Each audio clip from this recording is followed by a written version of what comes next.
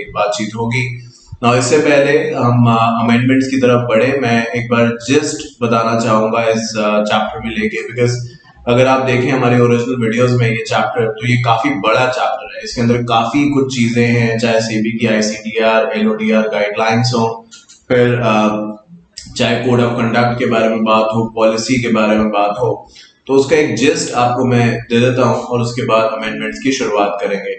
ये जब मैं जिस्ट दे रहा हूँ ना, आपको पता है इसमें थोड़े एक्स्ट्रा एफर्ट्स लगेंगे मेरे, बट जहां इतना मैंने कर दिया तो क्या फर्क पड़ता है। एक्स्ट्रा एफर्ट्स इसलिए क्योंकि मुझे देखना पड़ता है कि भाई इस चैप्टर में क्या है, और फिर मैं यहाँ पे उस तरीके से बात बोलूं, उतना बोलूं जिससे कि आप उस चैप्टर को लिंक अप कर पाए, क्योंकि सिर्फ अमेंडमेंट्स पढ़ के बात नहीं बनेगी। मेन कंटेंट तो है ही ना, अमेंडमेंट्स तो एड ऑन है उसके साथ, जिसको पढ़ना कवर करना जरूरी है। तो देखिए इस चैप्टर में जब हमने प्रीवियसली बात करी थी, जैसे आप देख सकते हैं कॉर्पोरेट पॉलिसीज एंड डिस्क्लोजर्स। कोई भी एक छोटा ऑर्गेनाइजेशन भी होता है ना, तो उसकी भी कोई पॉलिसीज होती है। जैसे मैंने बहुत बार देखा है किसी भी शॉप पे, या अच्छा ड्राई क्लीन की शॉप पे आप कभी गए हैं, जैसे कपड़े ड्राई क्लीन वगैरह कराने रहते हैं, तो उनकी भी कुछ टर्म्स एंड कंडीशंस होती हैं जो उसके पीछे लिखी रहती हैं, जो उसकी स्लिप इनवॉइस जो भी है उसके पीछे लिखा रहता है कि भाई आपके कपड़े इतने दिनों में आपको वापस लेने हैं, अगर नहीं लेंगे तो हमारी कोई रिस्पॉन्सिबिलिटी नहीं होगी। So everything has a terms and conditions. अब टर्म्स एंड कंडीशंस हो इसमें कुछ गलत नहीं है, बट वो सबके लिए एक जैसी होनी चाहिए। तो टर्म्स एंड कंडीशन को हम थोड़ा मॉडिफाइड फॉर्म में जब चले जाते हैं तो पॉलिसीज का नाम दे देते हैं। अब जब कंपनी है, ऑर्गेनाइजेशन है, उसमें तमाम तरीके के लोग काम करते हैं और सब एक जैसे नहीं होते। मतलब किसी भी तरफ से आप मान सकते हैं ये कि सब लोग एक जैसे नहीं होते, सबका माइंडसेट अलग अलग है। So we have to make sure कि हम इस तरीके से पॉलिसीज को डिजाइन करें जो कि सभी के लिए बैलेंस्ड आउट हो जाएं। इन पॉलिसीज के बियॉन्ड कोई भी ना हो, फिर चाहे वो टॉप मैनेजमेंट में कोई हो, चाहे वो लोअर में कोई हो, चाहे मिडिल में कोई हो, चाहे क्लाइंट हो, चाहे कस्टमर हो। Policies means it is same for everybody, it can not be change as per the person जो हमारे सामने है कि भाई वो कुछ ज्यादा सीनियर पोजीशन पे, तो उसके लिए कोई और पॉलिसी नहीं, फिर वो पॉलिसी एक्चुअली हुई ही नहीं मेरे हिसाब से।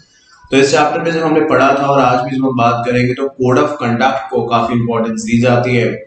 जब भी ऑर्गेनाइजेशन बनता है उसका एक कोड ऑफ कंडक्ट होता है जिसके बेसिस पे सारा का सारा जो काम है वो किया जाता है। और आई सपोज अलग अलग पॉलिसीज आपको कंपनीज एक्ट में भी बात करने को मिलती हैं, जैसे कि कॉर्पोरेट सोशल रिस्पॉन्सिबिलिटी के ऊपर कोई पॉलिसी, रिस्क को कैसे कंट्रोल करना है इसके ऊपर कोई पॉलिसी, विजिल मैकेनिज्म यानी कैसे हम लोग ज्यादा एज ऑर्गेनाइजेशन केयरफुल रहेंगे कि कोई भी अटैक हमारे ऑर्गेनाइजेशन पे ना हो। तो इन सब के ऊपर पॉलिसीज हमारे ऑर्गेनाइजेशन में होनी चाहिए ना। कुछ ऐसी पॉलिसीज हैं जिनका होना कंपलसरी है कि भाई आपको ये बनानी ही बनानी है, and the rest is something that is voluntary. अब आप बनाए या ना बनाए वो आपकी मर्जी है। अब जैसे हम ऑनलाइन किसी भी वेबसाइट से सामान खरीदते हैं, सबकी कंडीशंस अलग अलग है। एक कंडीशन शायद आजकल कॉमन है कि वो आपके पैसे वापस कर देते हैं, जैसे आप Amazon है, इससे उससे किसी से भी सामान खरीदते हैं तो उसमें अंदर कंडीशन है, बट उसके अंदर भी कुछ दिन होते हैं। ऐसा नहीं है कि भाई आपने एक महीना वो सामान इस्तेमाल किया उसके बाद उसको वापस कर दिया। डिपेंडिंग अपॉन वो क्या है इस पे भी फर्क पड़ता है। पर हर ऑर्गेनाइजेशन अपनी एक पॉलिसी बनाता है, और पॉलिसी बना के ही कंपनी जो है, ऑर्गेनाइजेशन जो है, वो ग्रोथ को अचीव कर सकता है।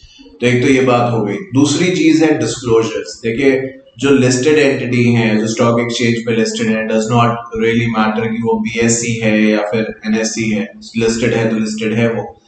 तो उन कंपनीज के ऊपर ये ऑब्लिगेशन खास करके है कि जो भी कंपनी के अंदर चल रहा है, the top management has to report it to the stock exchange. Even हमने अलग अलग इंस्टेंस में पढ़ा भी है, आप जानते हैं कि बोर्ड मीटिंग कराने से पहले, बोर्ड मीटिंग हो जाने के बाद बहुत सारी ऐसी इंफॉर्मेशन है। अगर कंपनी डिविडेंड डिक्लेयर करने वाली है तो इसकी बोर्ड मीटिंग होने वाली है, जिसमें लेट्स से कंपनी फाइनेंशियल्स को कंसिडर करने वाली है और डिविडेंड देना है या नहीं देना है इसके बारे में भी बातचीत होने वाली है। तो स्टॉक एक्सचेंज को पहले ही बता दिया जाएगा कि भाई जो कंपनी है उसकी बोर्ड मीटिंग इस तारीख को हो रही है और उस बोर्ड मीटिंग के अंदर ये बातें होने वाली है।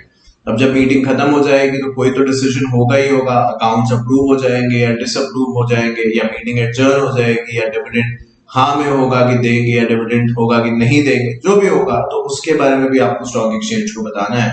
सो पूरी कोशिश यही है कि मार्केट को ट्रांसपेरेंट जो है वो रखा जाए, किसी भी तरीके से कोई ग्रे एरिया इसके अंदर ना रखा जाए, कोई कंफ्यूजन वाली जो सिचुएशन है वो इसके अंदर ना रखी जाए। तो इन्हीं सब चीजों के ऊपर ये जो चैप्टर है वो बेस्ड है। और आज जिन अमेंडमेंट से हम लोग को शुरुआत करनी है उसके बारे में आइए बातचीत करते हैं। So corporate policies and disclosure chapter 6। तो अमेंडमेंट्स जो इसके अंदर हैं वो कुछ इस तरीके से हैं कि principle of fair disclosure for the purpose of code of practice and procedure for the fair disclosure of unpublished price sensitive information.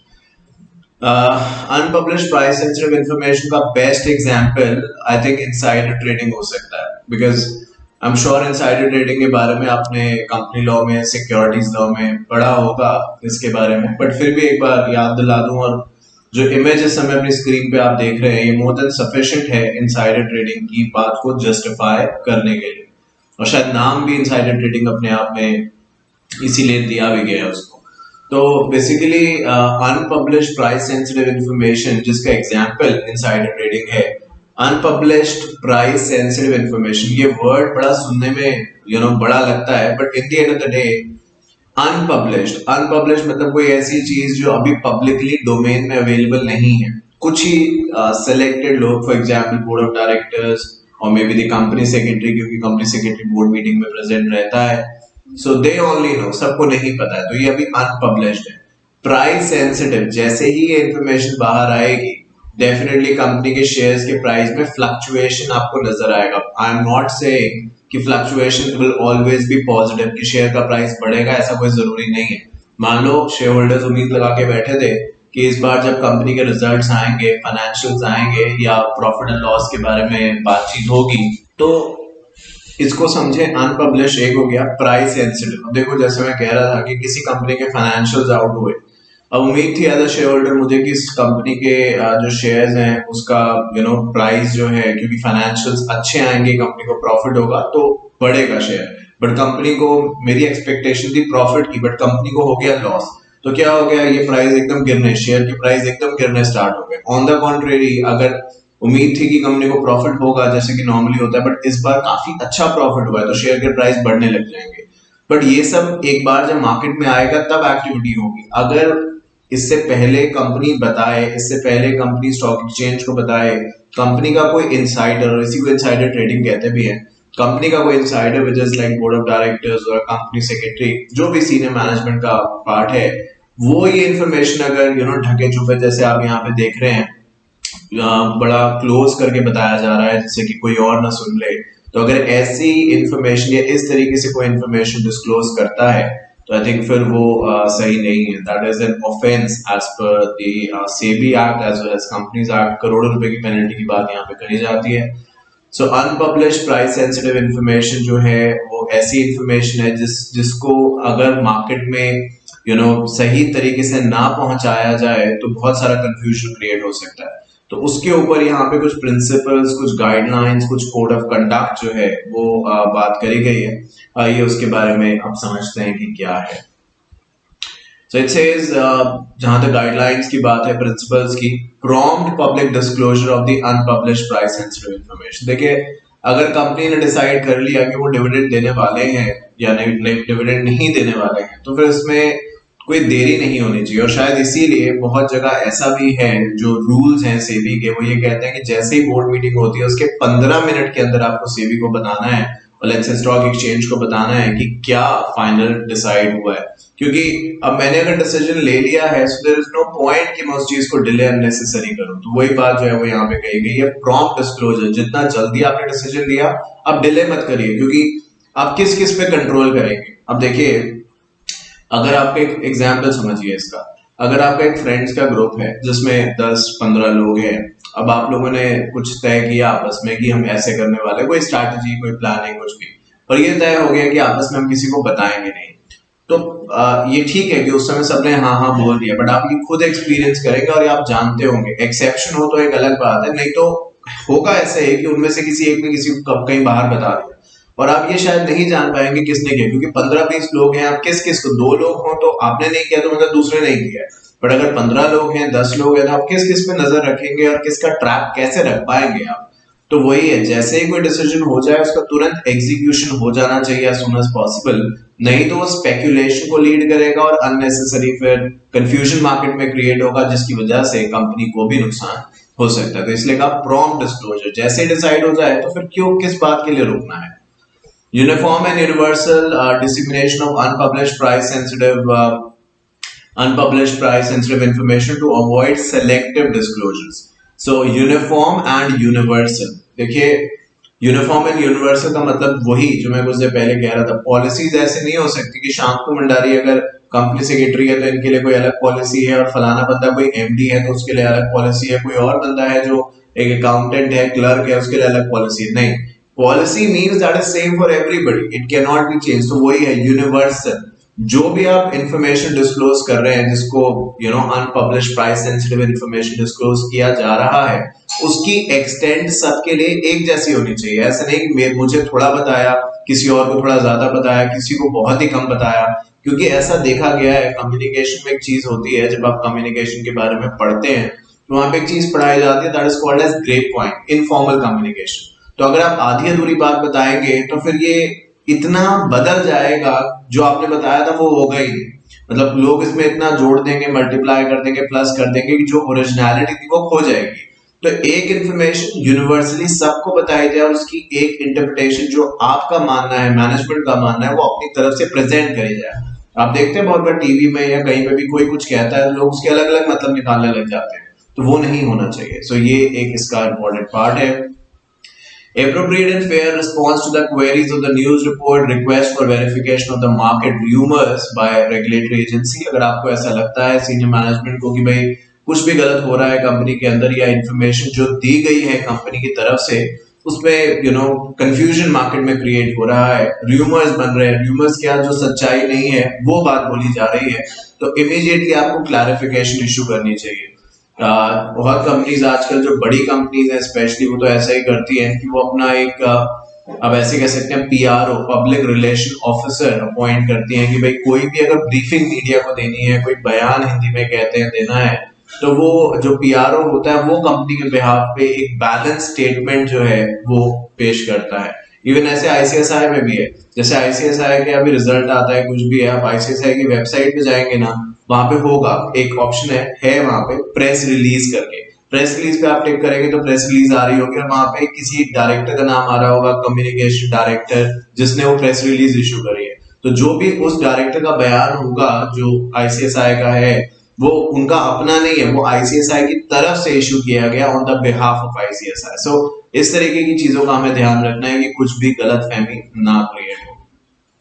Ensure that the information shared with analyst and research personnel is not unpublished price sensitive information.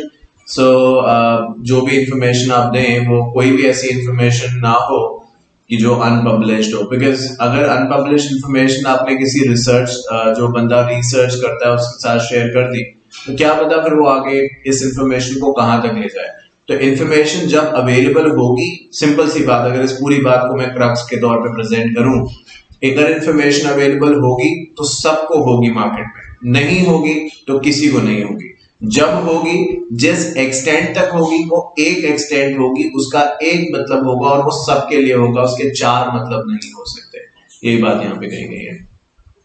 तो बात करते हैं code of conduct के बारे में, जो regulation 9 है, कहता है the board of directors of the every listed entity and the board of directors or the head of the organization of every intermediary shall ensure that the chief executive officer or managing director shall formulate a code of conduct with their approval to regulate, monitor and report trading by designated person and immediate relative of the designated person towards achieving compliance with these regulations। देखिए code of conduct वैसे बहुत ही general word है और does not require much explanation, हम सभी जानते हैं, पर फिर भी कोड ऑफ कंडक्ट एक वो चीज है जहां पे एक तरीका समझाया जाता है कि कैसे चीजों को लेके आप आगे बढ़ेंगे, you know what is the process to do the things.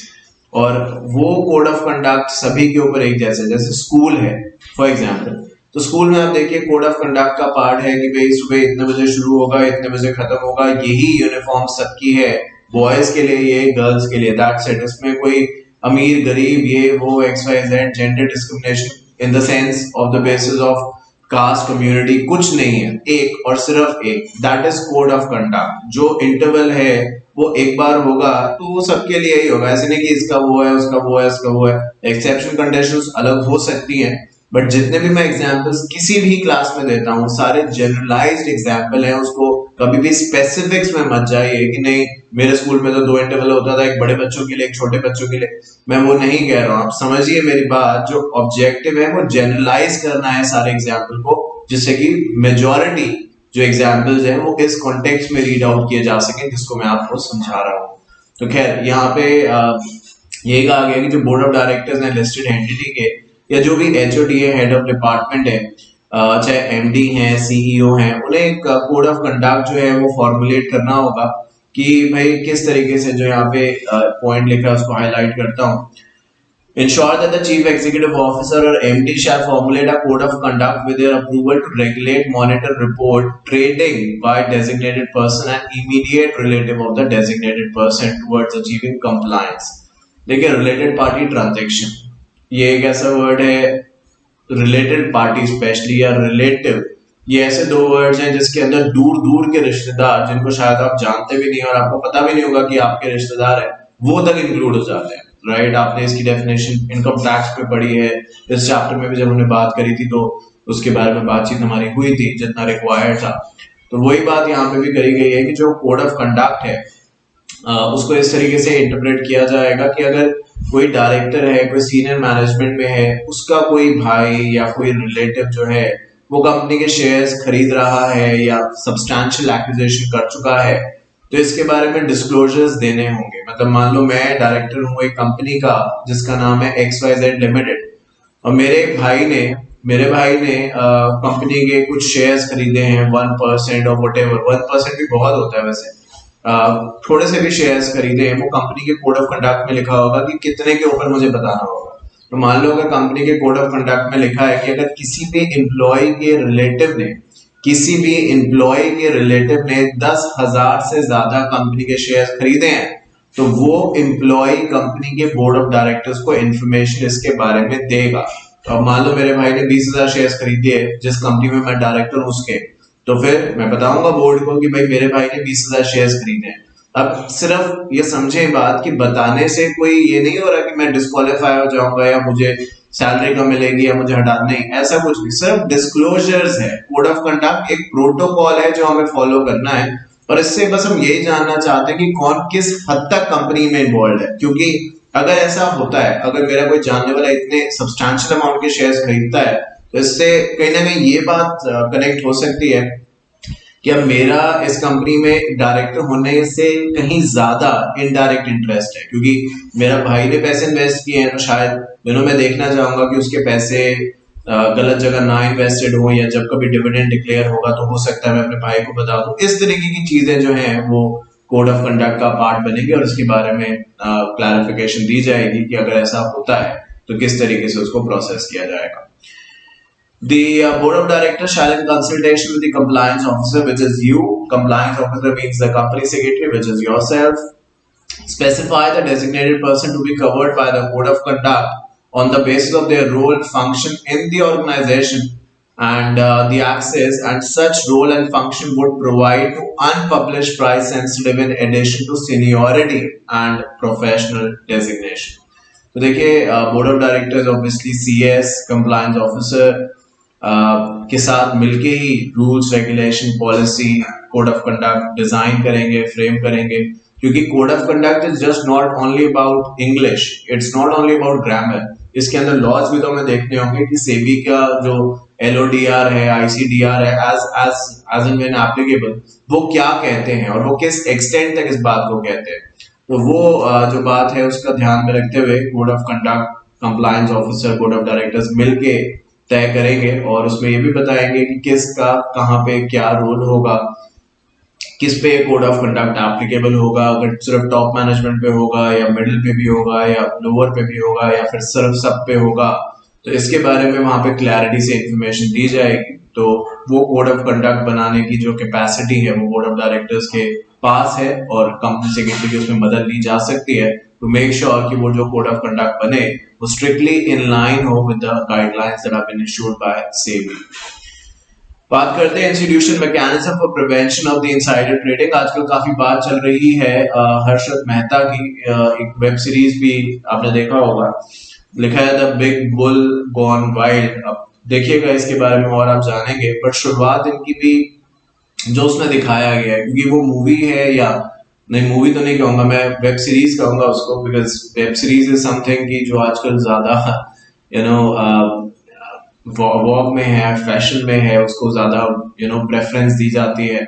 तो खैर इन एनी केस जब हम बात करते हैं तो देखेंगे जब आप उसको तो आप रियलाइज करेंगे शुरुआत इनकी भी इसी तौर पे हुई। ये भी यही जानना चाहते थे कि कंपनी में हो क्या रहा है, कंपनी की इंटरनल इंफॉर्मेशन अगर पता चल जाए, जिसको इनसाइडर ट्रेडिंग का नाम भी दिया जा सकता है, वो लिखा भी है, तो बहुत इजी हो जाएगा। क्योंकि जो कंपनी के इंटरनल पार्ट में डिसाइड हुआ, जैसे ही वो मार्केट में न्यूज पहुंचेगी, शेयर का प्राइस रिएक्ट करना शुरू करेगा। अब रिएक्ट मींस बढ़ भी सकता है, कम भी हो सकता है, और वही इंफॉर्मेशन अगर किसी ब्रोकर को पहले पता चल जाए, कंपनी का कोई इनसाइडर ब्रोकर को बता दे, तो ब्रोकर उस इंफॉर्मेशन के बेसिस पे फायदा उठा सकता है। और इसी से शुरुआत हुई, आगे तो बहुत कुछ हुआ, और शुरुआत इससे ही हुई है। तो मैकेनिज्म एक तरीका बनाने की कोशिश यहाँ पे करी जा रही है जिससे कि ऐसा इनसाइडर ट्रेडिंग ना हो सके। तो उसके बारे में लिखा गया है, The chief executive officer, MD of the listed company, intermediary or fiduciary, shall put in place, advocate an effective system of internal control to ensure compliance with the requirement given in these regulations to prevent insider trading। देखो जैसे exam में invigilator होता है, examiner होता है ना। अब अगर कोई नहीं होगा एग्जाम के अंदर, मतलब जहां पे एग्जाम हो रहा है शुरू में, तो चीटिंग तो जब वो सामने रहते हैं तब भी होती है ना चीटिंग। मैं नहीं कह रहा आप करते हो कि नहीं, बट होती तो है ही। वो नहीं रहेंगे तब तो और ज्यादा होगी कि नहीं।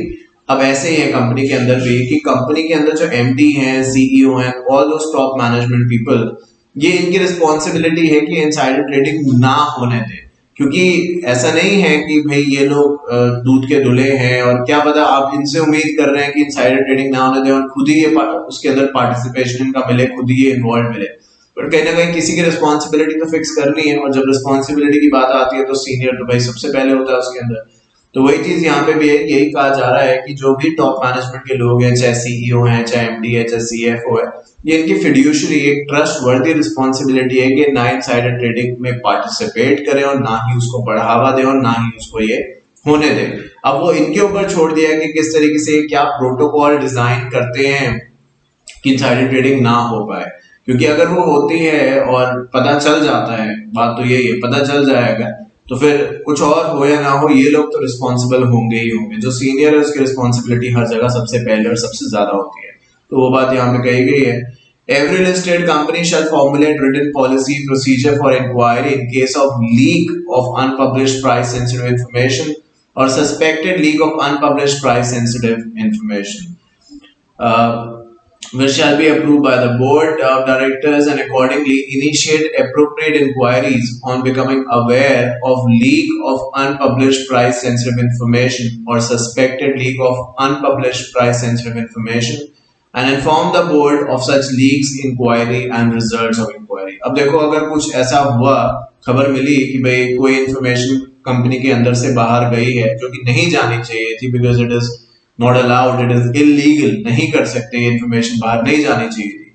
तो भाई कंपनी में जैसे हम कह रहे हैं कि भाई प्रोसेस या पॉलिसी, तो क्या इसको लेके कोई पॉलिसी है कि इनसाइडर ट्रेडिंग की अगर न्यूज बाहर जाती है तो पता लगाया जाए कि कंपनी के किस बंदे ने, किस इंसान ने इस न्यूज को बाहर भेजा है? कुछ तो तरीका होगा पता लगाने का। तो वही कहा जा रहा है कि कंपनी के पास कोई ऐसा मैकेनिज्म होना चाहिए जिससे कि वो इंक्वायरी बैठा सके इस चीज को लेके कि ठीक है जो हो गया सो हो गया। क्योंकि मैं देखो अगर मेरी कंपनी में 500 लोग हैं तो मैं 500 की गारंटी नहीं ले सकता। भले वो मेरे एम्प्लॉय हैं, वो मेरे लिए काम करते हैं, मैं उन्हें सैलरी देता हूँ, बट उनकी गारंटी नहीं ले सकता कि भाई जब तक कंपनी में रहेंगे तब तक सारे काम सही करेंगे। गारंटी नहीं ले सकते। आप जितना मर्जी स्ट्रिक्ट कंट्रोल एक्सरसाइज करिए।